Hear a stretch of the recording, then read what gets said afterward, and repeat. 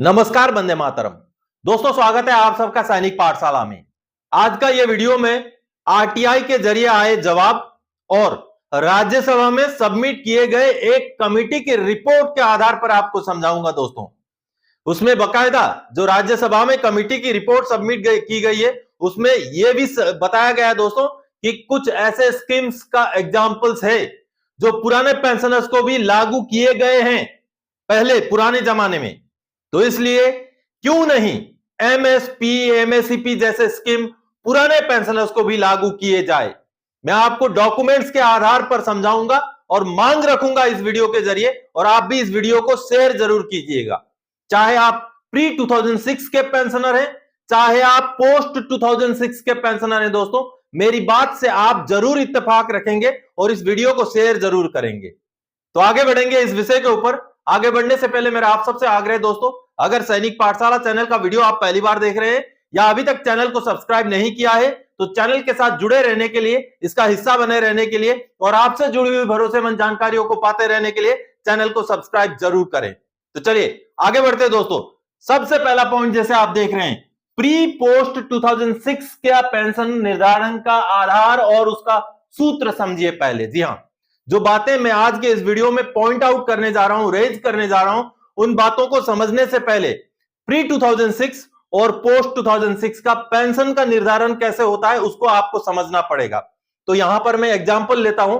हमेशा मुझे बताया जाता है कि आप सिर्फ सिपाही का, हवलदार का ही एग्जांपल समझाते हैं, तो आज मैं एक जेसीओ साहब का एग्जांपल ले रहा हूं। मान लीजिए एक नायब सूबेदार जिनकी क्वालिफाइंग सर्विस 26 साल और जिनका बेसिक पे यानी कि रिटायरमेंट से पहले का बेसिक पे 56,000 और मिलिट्री सर्विस पे 5200 और क्लास पे, क्योंकि जेसीओ को क्लास पे लागू नहीं है, क्लास पे 0। चलिए अब मैं आपको बताता हूं दोस्तों कि प्री 2006 में यही आंकड़ा लेकर के अगर एक जेसीओ साहब रिटायर होते और पोस्ट 2006 में यही आंकड़ा लेकर के एक जेसीओ साहब रिटायर होते तो उनका पेंशन में कैसे फर्क होता। सबसे पहले तो आप समझिए पोस्ट 2006 का, यानी कि 2006 के बाद में यही जेसीओ साहब अगर रिटायर होते तो उनका बेसिक पे कितना, पेंशन कितना होता, बेसिक पे प्लस एमएसपी डिवाइडेड बाय 2, यानी कि 56,000 प्लस 5200 डिवाइडेड बाय 2, यानी कि 56,000 और 5200 मिलाकर के होता है दोस्तों 61,200 और उसको 2 से डिवाइड करके 30,600 रुपए। 2006 के बाद अगर कोई रिटायरमेंट आता ये आंकड़ों के साथ तो उनका बेसिक पेंशन 30,600 रुपए। क्लियर हिसाब किताब है। टोटल इमोलूमेंट्स को 2 से डिवाइड कर दिया, पेंशन बन गया। अब समझिए 2006 से पहले यही जेसीओ साहब इन्हीं आंकड़ों के साथ, मान लीजिए फॉर एग्जांपल इन्हीं आंकड़ों के साथ अगर पेंशन आते तो उस समय में पेंशन कैलकुलेशन कैसे किया जाता था, जिस वजह से पुराने पेंशनर्स को हमेशा घाटा था। चलिए समझते हैं। सेम यही होता था पहले, ये होता है 56,000 प्लस 5200 डिवाइडेड बाय 2 और इसमें और एक घुंडी लगाई जाती थी लिंकिंग ऑफ क्वालिफाइंग सर्विस, जिसको बाद में डीलिंकिंग ऑफ क्वालिफाइंग सर्विस जो सर्कुलर है उसके जरिए कुछ कॉम्पेंसेशन दिया गया। लेकिन लिंकिंग ऑफ क्वालिफाइंग सर्विस क्या होता था दोस्तों, अगर आपकी सर्विस 33 साल से नीचे है तो 33 साल पहुंचने तक आपको 5 साल का वेटेज मिलता था, यानी कि 26 साल उनकी क्वालिफाइंग सर्विस थी तो 5 साल जोड़ के इसको डिवाइड किया जाता था 33 से। अब इसका जोड़ क्या बनता है, डिवाइडेड बाय 2 और 0.94 यानी कि 33 से 31 को हमने डिवाइड कर दिया तो 33 से 31, 26 प्लस 5 31 को डिवाइड कर दिया तो 0.94। अब ये क्या होता था 30,600 इंटू 0.94, यानी कि ये जो क्वालिफाइंग सर्विस का ये जो गुणा होना था ये घाटे का सौदा था। तो इस वजह से उनका पेंशन कितना होता, 28,764 रुपए, 28,764 रुपए। अब दोस्तों ये तो हुआ 2006 से पहले अगर सेम आंकड़ों के साथ कोई रिटायर आता, एक नायब सूबेदार साहब का मैंने एग्जांपल दिया, तो उनका पेंशन में कितना घाटा होता। अगर यही चीज एक सिपाही का होता, नायक का होता, हवलदार का होता तो ये घाटा और ज्यादा होता। क्यों? क्योंकि उनकी क्वालिफाइंग सर्विस और भी कम हो जाती।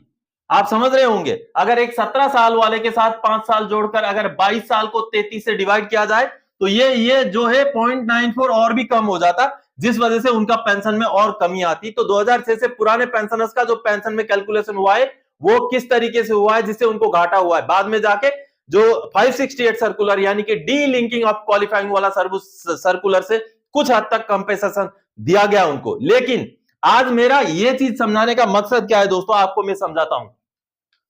कुछ ऐसी चीजें हैं जैसे एमएसपी भी 2008 से सितंबर 2008 से पुराने पेंशनर्स को लागू नहीं है, 2006 से पुरानों को तो लागू है ही नहीं। एमएससीपी 2006 से पुराने पेंशनर्स को लागू नहीं है। ऐसे ही कई सारे ऐसे स्कीम्स हैं जो 2006 से पुराने पेंशनर्स को लागू नहीं है। तो ऐसे में मैं आपको आज सबसे पहले तो आरटीआई का जो जवाब आया है उस आरटीआई के जवाब पर दिखाऊंगा। जो ओएम जैसी कमिटी, जो ओआरओपी 1 के ऊपर जो एक कमेटी बनी थी कि उसकी विसंगतियों को दूर करने के लिए, तो उस कमेटी ने बाकायदा अपने जो रिपोर्ट में ये जानकारी दी है जो कि आरटीआई के हवाले से सामने आया है। ये रिकमेंडेशन किया है कि जो रिटायरमेंट के डेट को देखे बगैर ही एमएससीपी स्कीम को लागू किया जाए। इसका मतलब यह होता है कि 2006 से पुराने पेंशनर्स को भी एमएससीपी लागू किया जाए। क्यों लागू किया जाए? क्योंकि आपने देखा कि उनको घाटा कैसे हो रहा है, आपने समझा यहां पर उनको घाटा कैसे हो रहा है। तो कहीं ना कहीं इन सभी बातों को मद्देनजर रखते हुए जो ओएमजेसी में जो है ये रिकमेंडेशन हुआ था, जो आरटीआई के हवाले से सामने आया। चलिए वो आपको दिखाता हूं आरटीआई का पेज। अब दोस्तों ये जो आप एक लेटर देख पा रहे हैं जो कि पीसीडीए का लेटर है, ये आरटीआई का जवाब है 31 मई 2023 का, जो कि आरटीआई डाले जाने पर जवाब दिया गया था। और इस जवाब के जरिए जो ओएमजेसी का रिपोर्ट है यानी कि वन मैन जुडिशियल कमेटी जो ओआरओपी 1 के रिपोर्ट के ऊपर बनी थी, उसका जवाब दिया गया था पेंशनर को। अब आगे मैं कंसर्न पेज में ले जाता हूं जहां पर एमएसीपीएस के बारे में लिखा हुआ है दोस्तों। अब दोस्तों उस रिपोर्ट के 18वें पेज पर हैं हम। 18वें पेज पर ये जो रिकमेंडेशन है, ये जो एक मुद्दा है, क्या इसको एक कोई मॉडिफिकेशन, कोई परिवर्तन इसमें जरूरत है कि जिन्होंने एमएससीपी जिनको मिला है सिर्फ उन्हीं को मिले?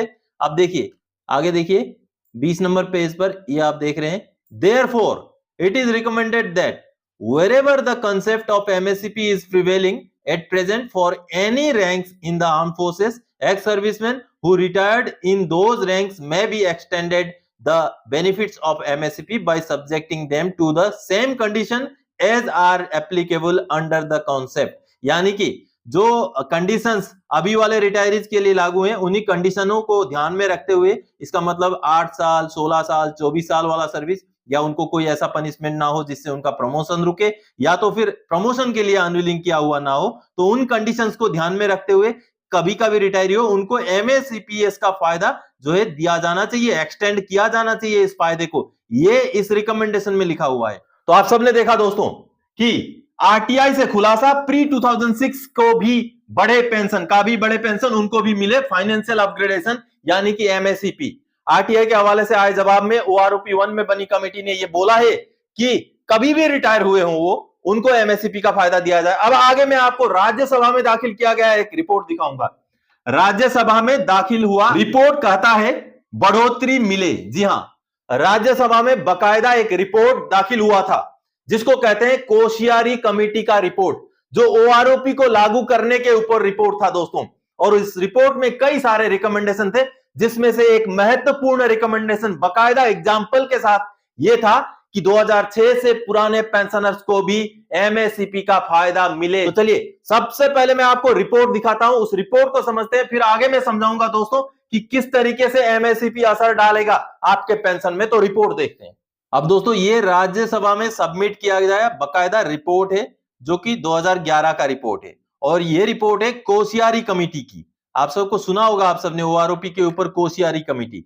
अब इसने बाकी चीजों के ऊपर क्या रिकमेंडेशन दिया है वो हम छोड़ देते हैं, कई सारे और भी रिकमेंडेशन है उनको छोड़ देते हैं। वो ओआरओपी फायदेमंद होता है या अभी मिला वो फायदेमंद होता है, उन बातों को जो है डिस्कशन पे छोड़ देते हैं। लेकिन यहां पर मैं आपको एक बहुत महत्वपूर्ण जो है पॉइंट समझाऊंगा। ये पॉइंट है 6.3, आप ये जो पैराग्राफ देख पा रहे हैं वहां पर है। और 6.3 नंबर पैराग्राफ में बहुत ही सिंपल तरीके से, बहुत ही क्लियर तरीके से ये बोला गया है कि जो एसीपी है या एमएससीपी है उसका फायदा पुराने पेंशनर्स को भी दिया जाए। देखिए, he further added that the assured career progression ACP scheme introduced in 6th Central Pay Commission was not passed on to the past pensioners, although precedent regarding implementation of such schemes to the past pensioners exist in armed forces। यानी कि ऐसे examples हैं कि कई सारे ऐसे schemes के examples हैं जो नए समय पर लागू किए गए लेकिन पुराने पेंशनर्स को भी उनका उसका फायदा दिया गया है। मिसाल के तौर पर एक एग्जांपल है, फॉर एग्जांपल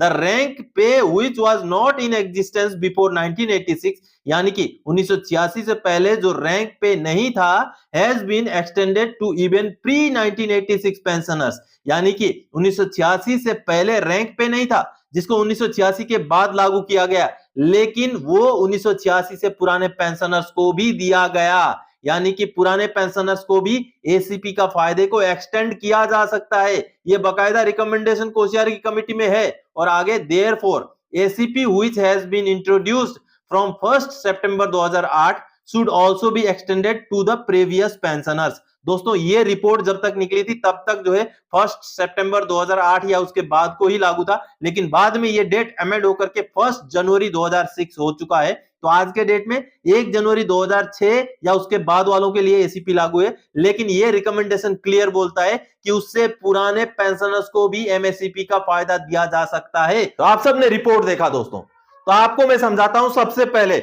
अगर एक सिपाही है आज के डेट में जिसको ओआरओपी में बगैर एमएससीपी के पेंशन मिल रहा है, उसको 18,807 रुपए मिल रहा है, तो अगर उसको एमएससीपी मिल जाए दोस्तों, जैसे इस रिपोर्ट में भी रिकमेंड किया गया है, तो एमएससीपी मिल जाए तो उसको बढ़ोतरी कितना होगा, 2,975 रुपए की बढ़ोतरी होगी, क्योंकि उसका पेंशन 21,782 हो जाएगा।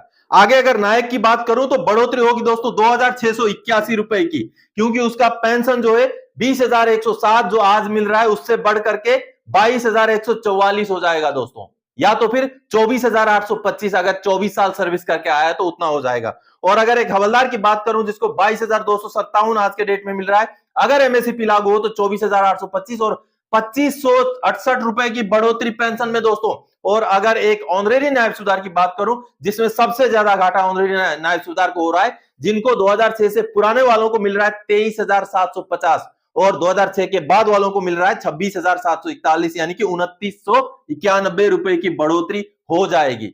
अब इस मुद्दे को दोस्तों 2006 से पुराने पेंशनर्स को जो एमएससीपी दिया जाना चाहिए, क्योंकि हर बार जब भी ओआरओपी आएगा इस घाव को कुरेदता रहेगा ओआरओपी। इस मुद्दे को ना ही कोई हमारे संस्थाएं उठा रहे हैं, शायद इसीलिए नहीं उठा रहे हैं क्योंकि सिपाही से लेकर हवलदार तक को ही लागू है ये, आगे नायब सूबेदार मेजर ऑनरेरी वालों को नहीं लागू है। तो कहीं ना कहीं इतना एक इंपॉर्टेंट मुद्दा है जो 2006 के पुराने रिटायरीज को नहीं मिल रहा है, और ऐसा नहीं कि पुराने दिनों में जो हो गया, वो आने वाले दिनों में भी असर डालता रहेगा। जब भी ओआरओपी आएगा तभी असर डालेगा। इस मुद्दे को कोई नहीं उठा रहा है, उठाने की जरूरत है। मैं बार बार इस मुद्दे को अपने वीडियोस में उठा रहा हूं, आप भी इस वीडियो को शेयर जरूर कीजिएगा ताकि हमारी संस्थाओं के दिमाग में भी ये बात बैठे कि कितना बड़ा नुकसान पुराने पेंशनर्स का हो रहा है। इस मुद्दे को उठाए जाने की जरूरत है। मेरी अपील है, हमारी जितनी भी संस्थाएं हैं अपने एजेंडे में इस मुद्दे को जरूर डालें, क्योंकि ये बहुत महत्वपूर्ण मुद्दा है दोस्तों।